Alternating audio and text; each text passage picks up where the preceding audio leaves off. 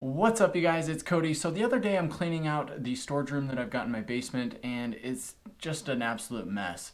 I'm a little bit embarrassed about that, but it is what it is, and I'm trying to get it cleaned up. So I'm down there kind of just doing my thing, getting stuff organized, and I start thinking to myself about passive income and how passive income has become such a huge factor in my life and helped me attain financial freedom. If I were to slim down my expenses as much as possible down to the bare bones, I could be financially free at this point, but that's not what I'm looking for. I want to continue to grow that passive income and be able to achieve and attain more in life. And I think that's true for just about everybody. I mean, we're tired of putting in hours at work just to get a paycheck at the end of next week. We want to figure out how we can put our money into a system that will produce a return and go to work for us and create that passive income. So real quick, let's talk about passive income and then we'll jump back to my story.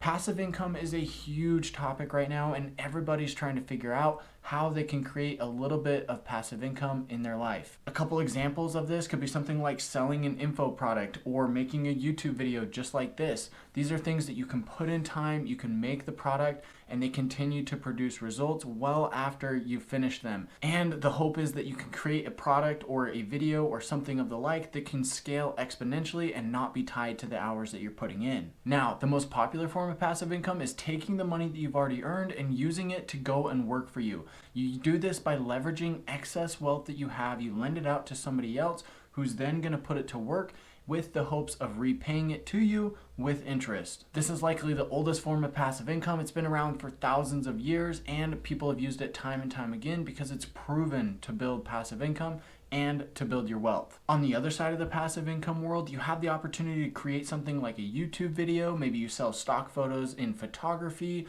or you create an info product that you can go out and you can sell in the market. Once these products have been created, you can continue to sell them over and over and over again and continue to make money from them. You can continue to sell this product and make money from that, or if it's something like a YouTube video, you can put advertising behind it and make money from that as well. The cool thing about this is you can put systems in place that will continue to create results time and time again without any of your effort. If you've created something like an info product, you can create videos or a system or a webinar behind that that continues to sell the product for you. If it's a YouTube video, you set it up for proper SEO, and Google and YouTube will continue to push your video to get it out to more people as long as it's helpful. As they watch it, they're going to see ads if you've monetized, and you'll get paid a little portion every time somebody views the video. The problem with this type of passive income is you can put hundreds or even thousands of hours into this product and it may not end up selling or even creating any results.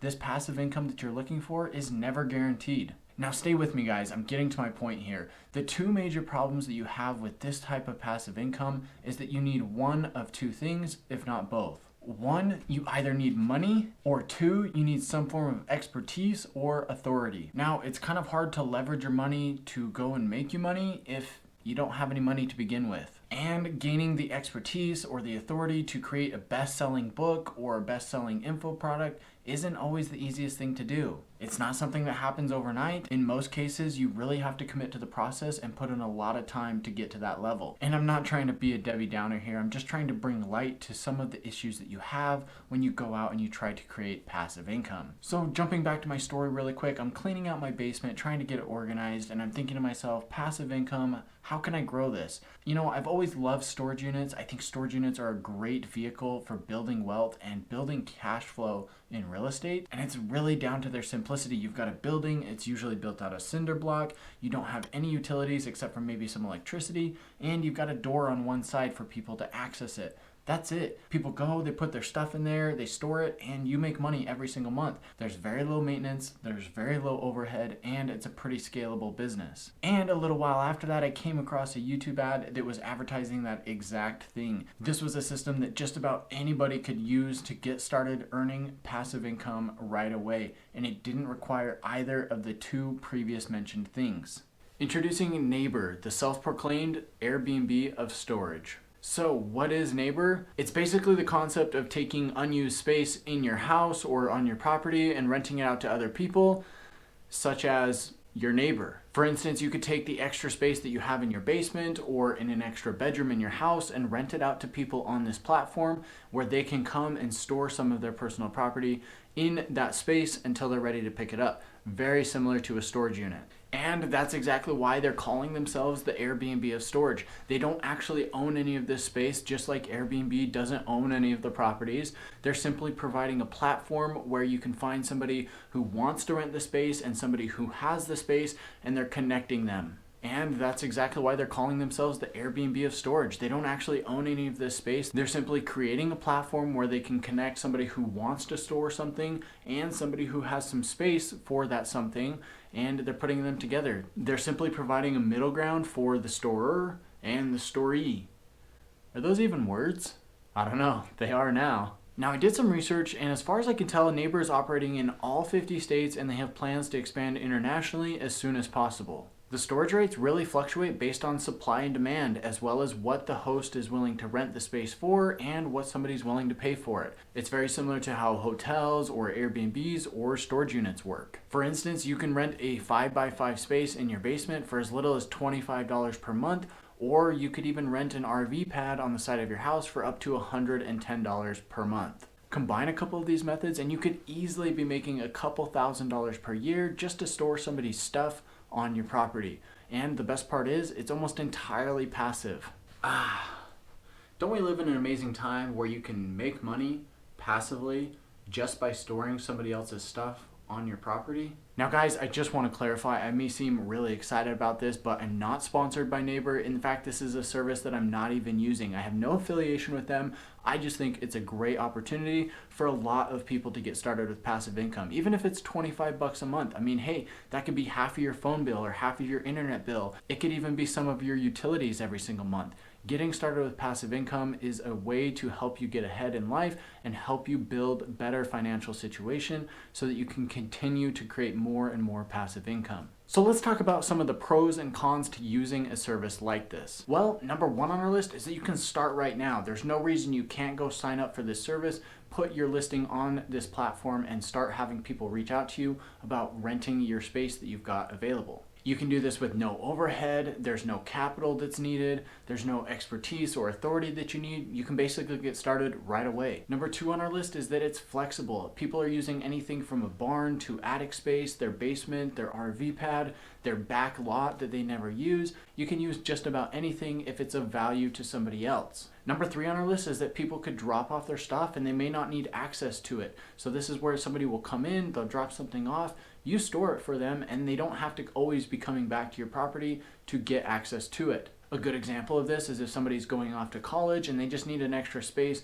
to store some clothes or some personal items that they have that they won't be able to take with them. Number four is that it's free to host. There's no capital investment needed. You don't need to put money into this. And in fact, when somebody wants to rent the space, they're the ones that pay the platform fee to Neighbor. And number five on our list is that there's likely not any city regulations against this. One of the problems that Airbnb has had is that they're constantly coming under fire from different cities and municipalities who are saying, hey, you can't rent your space to people who want to come into town and stay. It's disrupting the hotel industry. It's disrupting our local economy.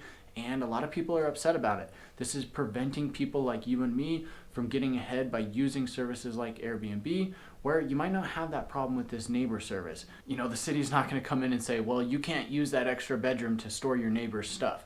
That's just not a thing, right? They've got way bigger things to deal with. So as long as you're not breaking any city laws or ordinances, you know, by renting space on your front lawn or putting a bunch of RVs in your backyard, you're probably not going to run into any problems with this. The only exception that I could really see for this is maybe RV parking, where if you had some space on the side of your house, the city, or if you're in an HOA, they might not like that. But again, I think the chances of that are pretty slim.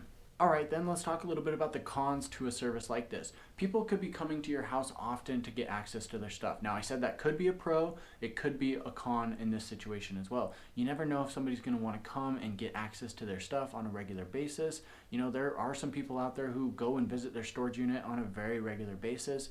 So they may need access to that, and they may be bugging you coming into your house or coming onto your property fairly often, and it might be annoying. Number two is that this service could be unpredictable and it could be inconsistent. One moment somebody may rent this space for a month, other times you may hold on to somebody's stuff for multiple months, it could be even years. So it could be a little bit inconsistent and you just really don't know what's going to happen.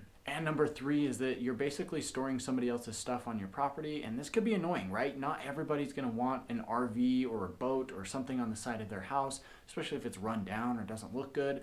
You know, some people just don't want that. They don't like the eyesore, so that's something to consider. So guys, I really think this is a great opportunity to get started with building some passive income. Even if it's a small amount, it could very well be worth it. I want to know what your thoughts are on this subject. Is this something that you'd consider? Are there any cons that I missed in this process? Drop a comment down below with your thoughts. I'd love to hear them. So guys, as always, if you like this content, please consider smashing that like button to help me out with the YouTube algorithm. Subscribe to the channel if you haven't already done so. Do all the things YouTube to help me out if you like this, and I'll see you in the next one.